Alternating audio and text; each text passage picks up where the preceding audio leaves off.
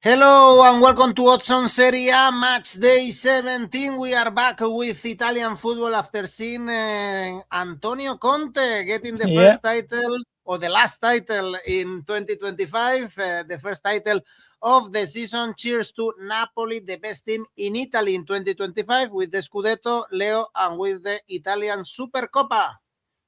Absolutely, Edu. They done very, very well in both games.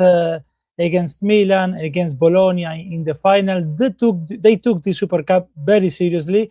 We could tell Milan didn't play Modric, for example, in the game against Napoli. She would decided not to play Lautaro Martinez, but Antonio Conte went for all. He wanted to win the Super Cup, and they done it in style, in a very good form. Neres is the name. He was shining in the Serie A and he scored both goals in the final against Bologna, like the old Super Cup winner against league winner was the final, and at the end Napoli won. Let's see the consequences, especially I would say for Inter Milan in that defeat in the penalty shootout. We are going to analyze everything in our last video of Serie A in 2025. So stay tuned. Ask any question to Leo Bachanian. And of course, if you enjoy our videos, give us the last subscribes of the year. And now let's go on with the show.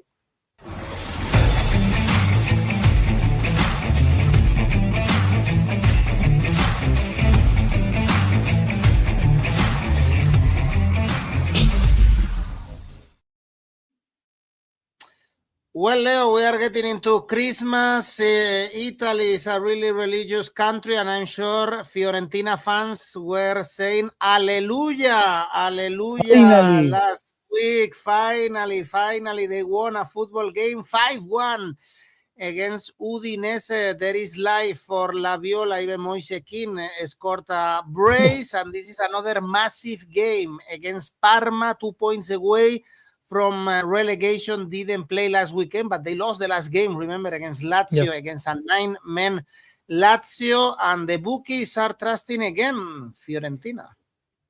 Yes, and we could go on that, but probably, or in my case, a little bit more conservative if I need to trust Fiorentina. But yes, Christmas arrived early in Tuscany. Finally, Edu, you said it, first win of the season, and they trashed Udinese, scoring in one game a third of all their goals this season, and 12 of those 17 goals have come at the Artemio Franchi.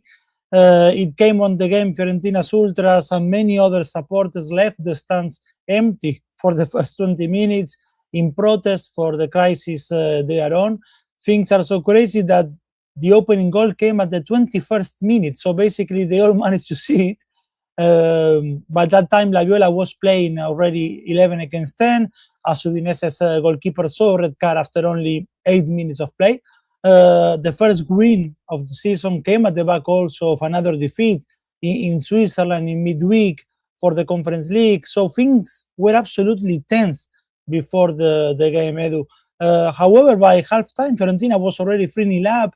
Gudmundsson strike for the second goal was a beautiful one. Fagioli could have scored after a great team move, and in the end, he ended up with an assist for the third goal. No doubt, it was the best we have seen from Fiorentina all season in all competitions. That first half, there was time, as you mentioned, for 𝐿𝐴𝐵𝗀𝗀𝗀𝗀. Brace. He's got 4 now in Serie A.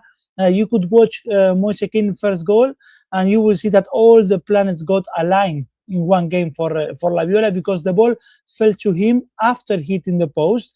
Probably a week ago, that rebound would have gone elsewhere.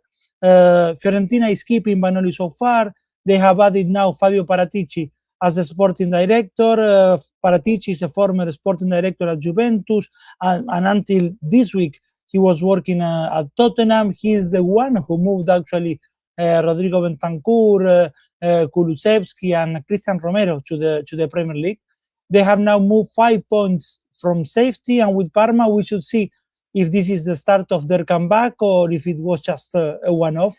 Parma rested last week. They are 2 points above Verona with a game in hand, but playing at the Ennio Tardini, they lost 4 of their last 6, and they won just 1 game all season at home, and that was against Torino back in September.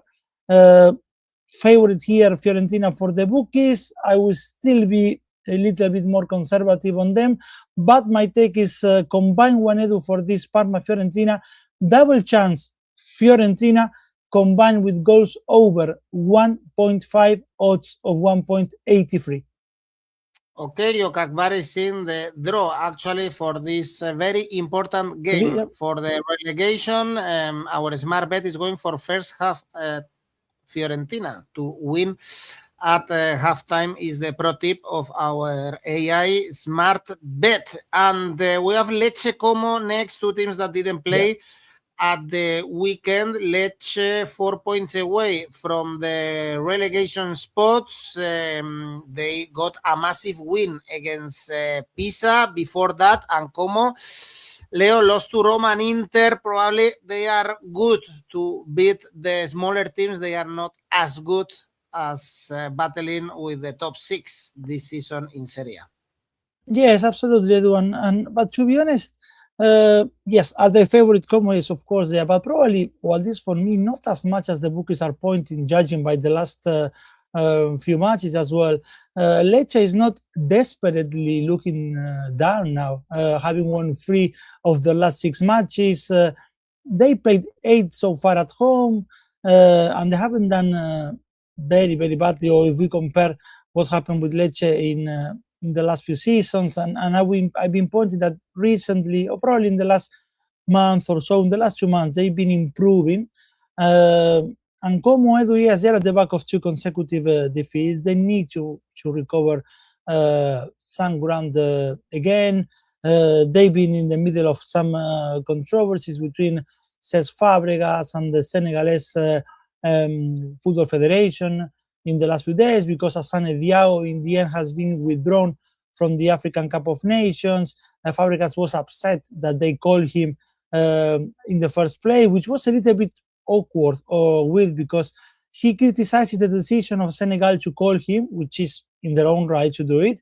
But then Fabregas admitted that it was a risk to play him against Roma, and he actually lasted only 37 minutes on the pitch. It's been a difficult season for 𝐿𝐴𝐵𝐷𝗀𝗏 so far. Only 7 appearances in the last 7-8 months for him, because of the injury he got at the end of last season.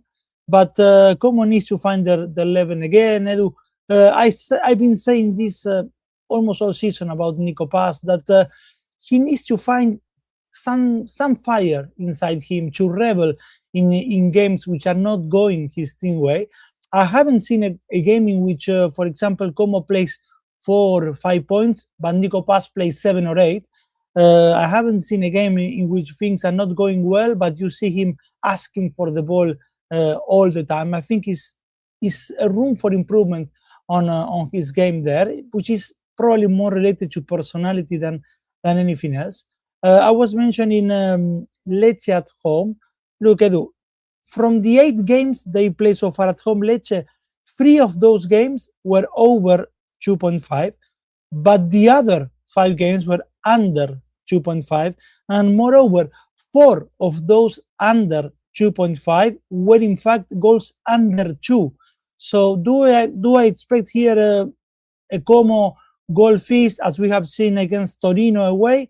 Not really. That's why my take here is goals under 3.5, goals under 3.5 combined with Lecce first half Asian handicap plus 0.5. These two together, odds of 1.89.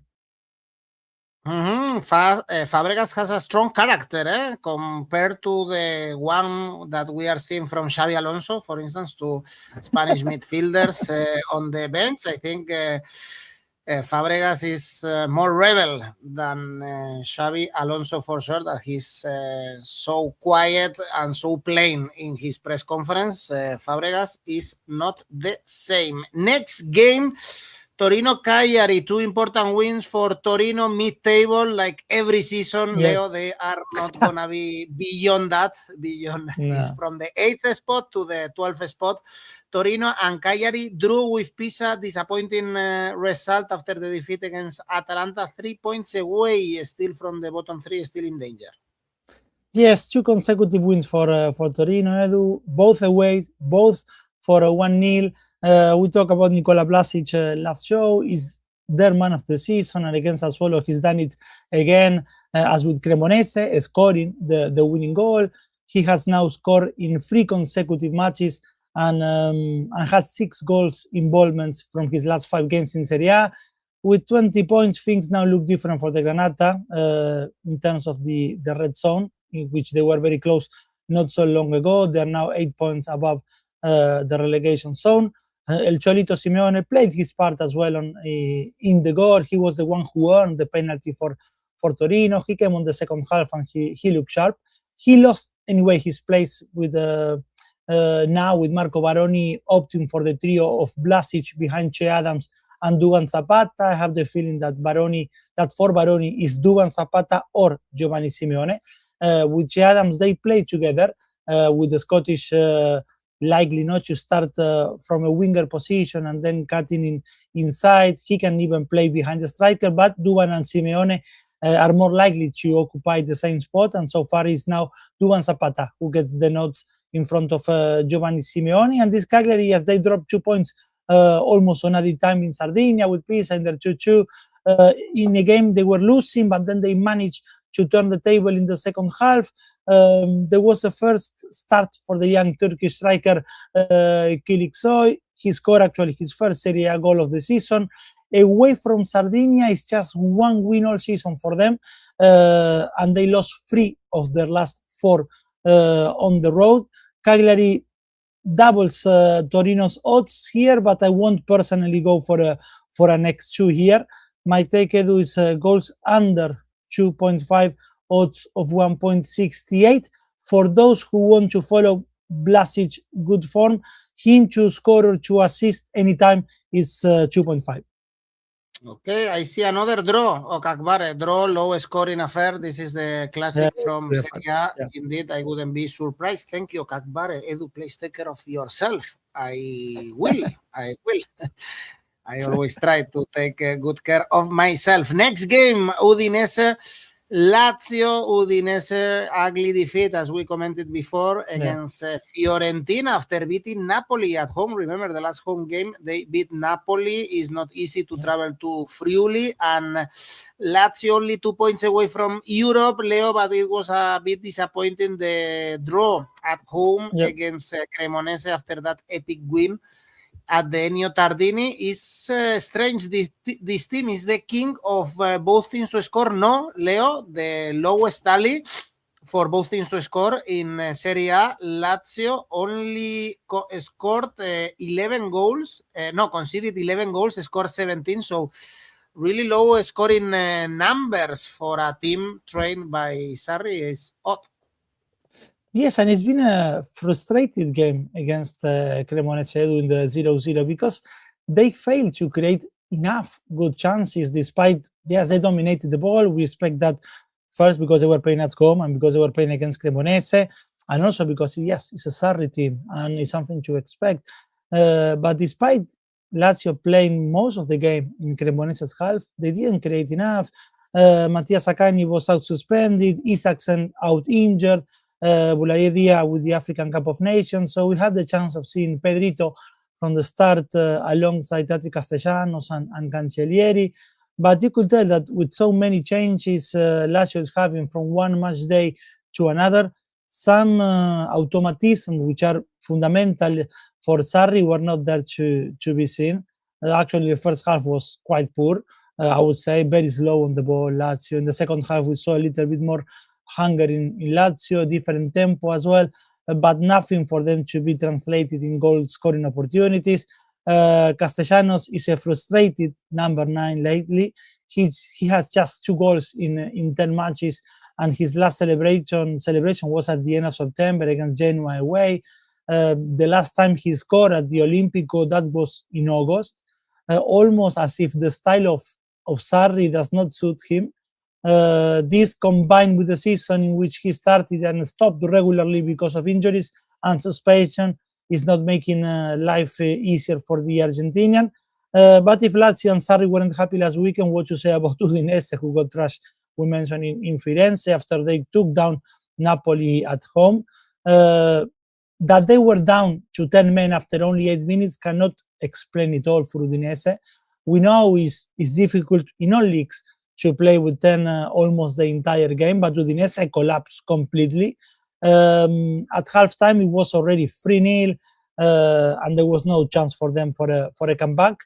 The consolation was that 𝗀𝗲𝗀𝗀'�𝗀 goal was one of the best on match day 16.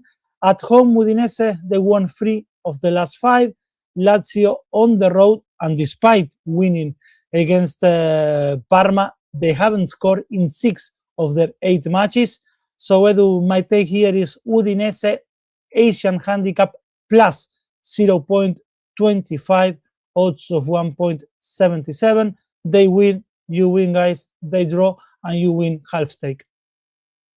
Good odds indeed to back Udinese. I think Udinese is strong at home. Udinese to win. From New Yorker, David, Lazio, both teams to score. No, it's a synonym, of course. Another draw for 𝐻𝐿𝐴. Indeed, should be a low-scoring affair. And thank you, Viper, for your message. Also, Merry Christmas to all of you. Merry Christmas, of guys. course, still here in Christmas time, working for you and giving you good tips, we hope, and some entertainment. Leo, next one is Pisa. Yep. Juventus. I guess now we can see the job done by Spalletti, or the impact in the team. Very close to the top 4, beating Roma, beating Bologna in massive wins.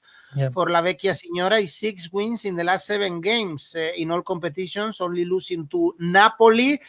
And I guess they should get another win in Pisa, penultimate in the standings, 3 points away from Parma after another draw. Look, Edu, I will say this. For Juventus, I don't know if you agree, but for me, it's the best time for them since the start of last season. Because in August 2024, there was all this expectation of what 𝐜𝐭𝐴 could do after his great time in Bologna. And however, despite that good start, the players never bought into his footballing principles, and he had to leave. Then with Tudor, mentality changed a little bit, but he never managed to create a team which could give you confidence going in every game. And now with Spalletti, at the back of these 6 wins in all competitions, either way of that defeat against Napoli, we are seeing a team that buys into the manager philosophy.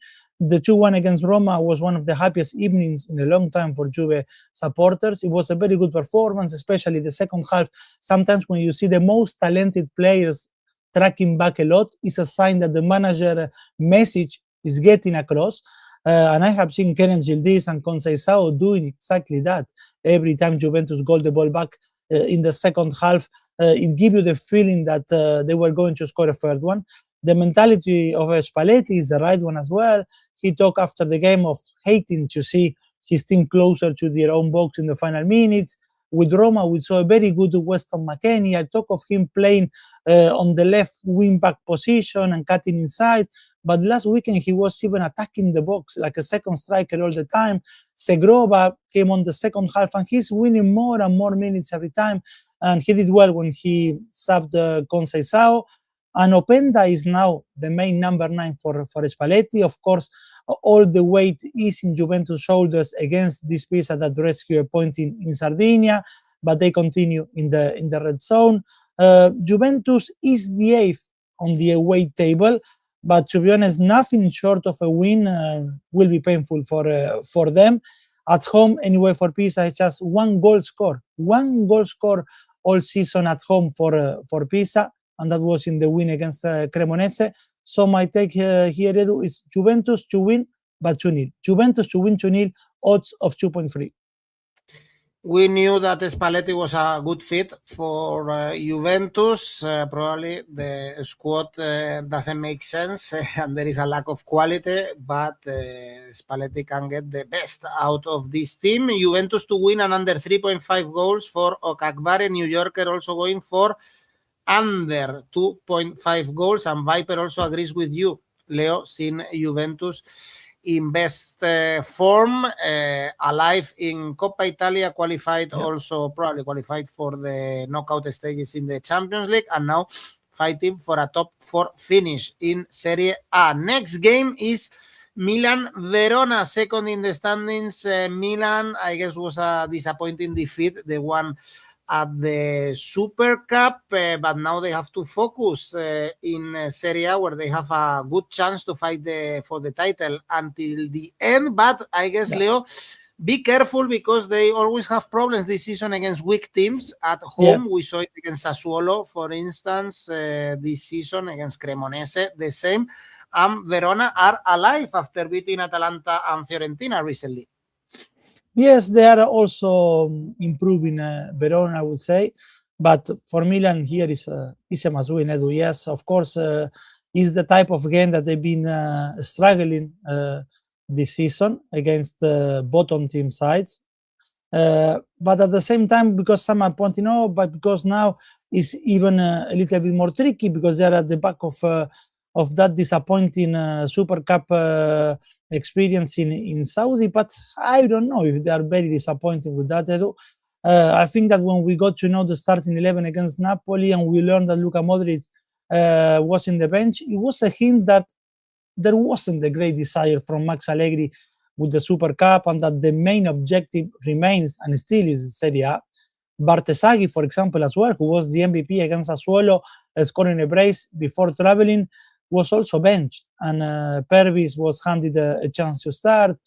Some in Italy, yes, are criticizing this attitude or Allegri's decision not to go 100% for this Super Cup. But the reality is that Milan won it last season, and nothing good came after that. So there is nothing guaranteed here. And the main concern remains that this should be the type of game in which usually they've been dropping points. But they have the chance of winning and going top, and leaving Inter with the pressure to win their game against Atalanta, Edu. I know we talk a lot about Jonathan David's season at Juventus, but 𝐿𝐿𝐿𝐿 season at Milan is dreadful too. He can't score, he can't assist, he can't take on players, he can't combine with 𝗀𝗟𝗄 or with 𝗏𝗏𝗀, he can't make runs to the space. And from January, it won't be him leading the line alongside 𝗀𝗟𝗄, because Nicolas Füllkrug, the German international, is set to join Milan. He's already in the city to get his medical, so he's gonna be the new number 9 for Max Allegri.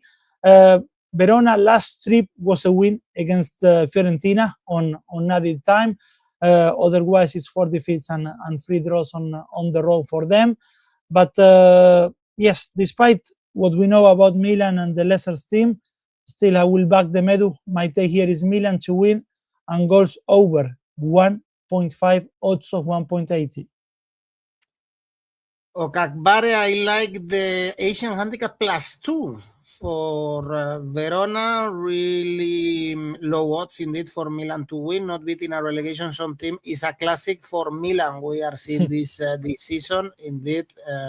David, I'm tired of seeing Milan selling games like this. Melton is saying the same thing indeed, because we know how they are delivering in the big games, but then they are losing points in these kind of games, where they should get the 3 points if they want to fight for the title until the end, or qualifying for the Champions League. I think this would be already a good season for Milan if they are in the top 4. Next one is Cremonese, Napoli. Let's see how Napoli play here, because they are struggling away from home along the season. We saw it in Udine, we saw it against Benfica in the Champions League, and perhaps this title is another boost for Conte's project, always with so many doubts around the Laurentiis and Conte, but they are only 2 points away from Inter in Serie A, and Cremona is not an easy stadium this season.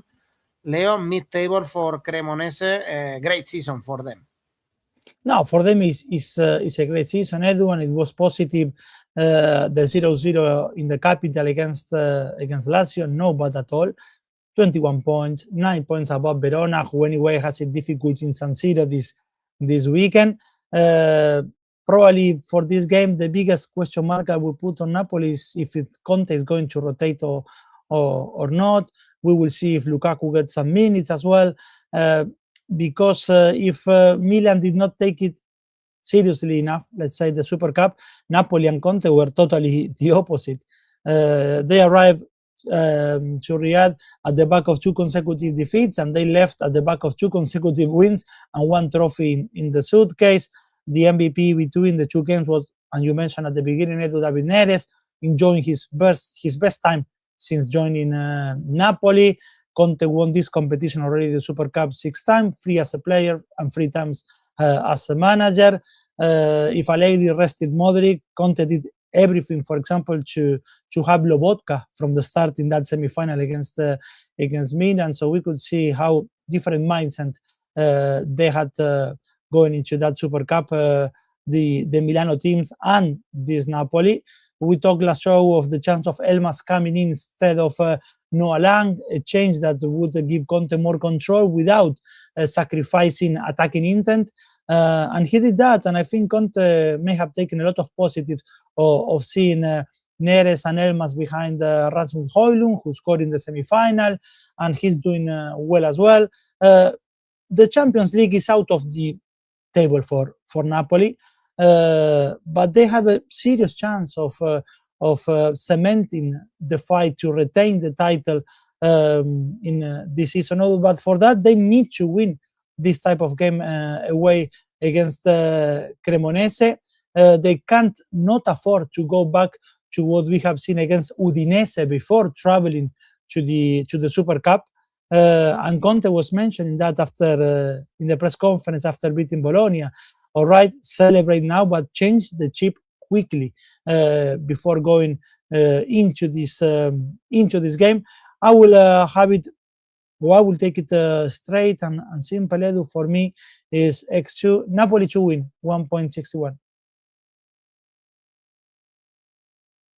Okay, well, let's see if they are able to win in Cremona. If they want to get the Scudetto, indeed they have to win in these stadiums. But 𝐿𝐵𝐺 is going for the draw. Also, Viper, I can feel confident betting on Napoli when they are playing away from home. I do think there will be rotation with Napoli, so this is a tricky game.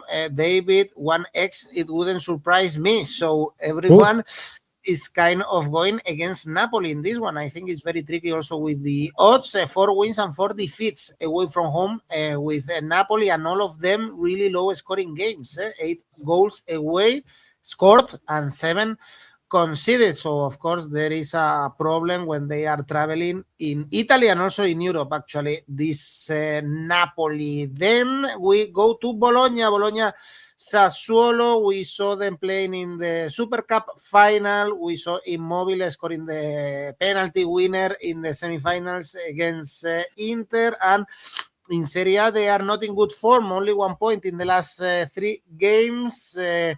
Sassuolo lost to Torino, drew with Milan lately. How do you see this one? This is a derby, by the way. They are so nearby, these 2 cities. Yes, I do. Absolutely, and should be a good game. A game which should be filled with goal scoring opportunities. We talk about that Bologna having no pressure last show going into the Super Cup, nothing to lose, and they made it to the final, which is positive, and they keep building under Vincenzo Italiano. They were outplayed anyway in the final, yes, against Napoli. They could not impose their conditions on the game. Maybe if Ferguson had managed to score, Luis Ferguson, the chance he had with the game still 1-0, the game could have taken a different direction. But after they shot themselves in the foot with that mistake that caused them to go down 2-0, the game was finished for them. But if there are games that they're going to help you grow as a team, I believe is this kind of game for Bologna. For Italiano, there could be probably some regrets or no, I don't know. In Italy, it seems like they were waiting for Napoli to win to remind Vincenzo Italiano how many finals he lost as a manager. This was the 5th cup final that Italiano was involved in over the last 4 years, but he has lost 4 of them. He won Coppa Italia, of course, last season with Bologna, but before that he lost 2 conference league finals and a Coppa Italia final with Fiorentina. They need a win on Sunday, as they have lost a little bit of ground in the last few weeks. Champions League football is now 5 points away from Bologna. Their last win the one away against Udinese on match day 12. And Sassuolo traveling after that defeat against Torino at home, but away they won 3 of their last 6 and they lost only 1. If they manage to recreate part of what they show in that second half in San Siro against Milan, there is a chance for this Fabio Grosso's team, who anyway are 10th and in a comfortable situation. 𝗏𝗏𝗍𝐻𝐸, as I mentioned again, in which I expect goal scoring opportunities falling in both ways. Both teams to score, yes, odds of 1.95. Screams goals for Viper, also both teams to score, perhaps a draw in this derby. And then we have the game of the weekend, Atalanta-Inter, still with so many doubts with this Inter Milan in the big games. We are saying that along the season, and it happened again in the Super Cup semi-finals. We saw it in the Champions League against Liverpool, Atletico de Madrid, against Napoli, against Milan.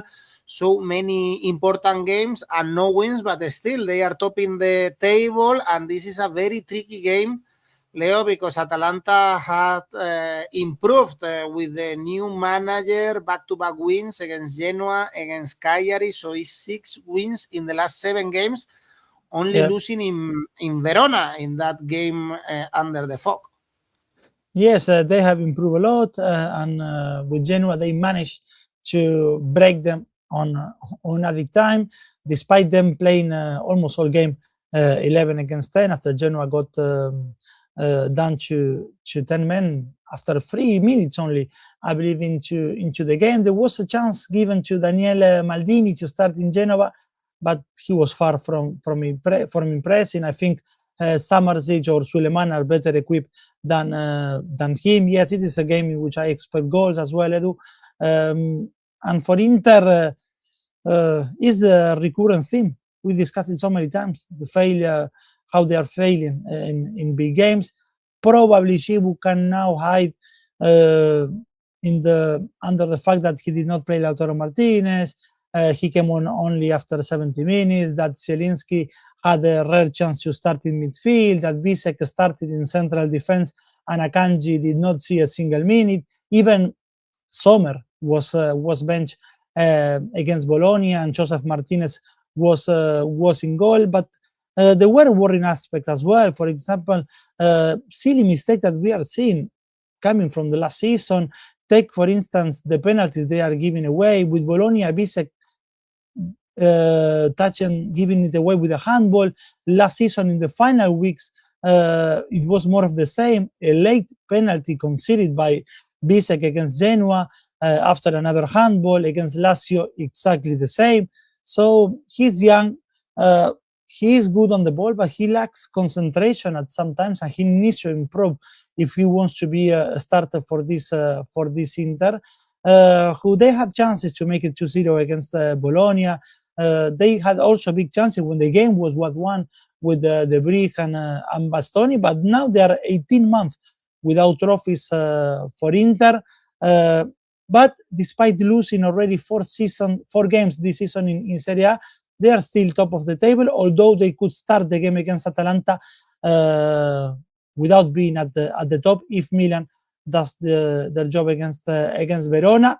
As I say, I expect goals here. I expect chances to score for both teams. Might take here, Edu, goals over 2.5, odds of 1.78. Both teams to score, yes, could also be right to here with the odds of 1.65, but I'm gonna stick with the goals market route, goals over 2.5 for me. It should be a great game indeed this one in Bergamo. Score draw for 𝗏𝗏𝗏𝗏, and the smart bet is telling us Atalanta to win is the pro tip of our smart bet. We can check it now. There you go, 3.7. Atalanta to win is the pro tip, and then we have double chance for Atalanta 1.8, also very good, and first team to score Atalanta. So the smart bet is not trusting 𝗍𝐵's men. And for Monday, the last game we have in this calendar year in Serie A, is at the Olimpico. Roma, Genoa, we can say the same as I said about Como with Roma. They are not able to beat a top 4 team. They lost all the important games. Apart from the derby, they lost to Inter, to Milan, to Napoli, to Juventus, still in the top 4. Now thinking about the market with Ferguson and Bailey apparently in their way out from the club, but they have to beat Genoa, Leo, in a special game because Daniele De Rossi is back. Absolutely, it's going to be an emotional return for De Rossi.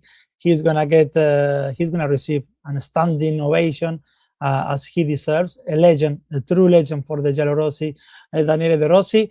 But Roma losing momentum. Yes, 3 defeats in the last 4 Serie A games. But at the same time, Edu, and despite losing those big games, Inter, Juventus, Milan, Inter, Roma is only 3 points from the top of the table. Yes, anyway, with one more game, is true, one more game played. But knowing or seeing how unpredictable is becoming this season, how the top teams, or even Inter again, who is the leader but lost already 4 games, I wouldn't rule them out from the chance of fighting for the 𝐜𝐴 or at least not yet. Yes, the best defense of the league so far still, but the big problem for Roma is how many big problems they have to score.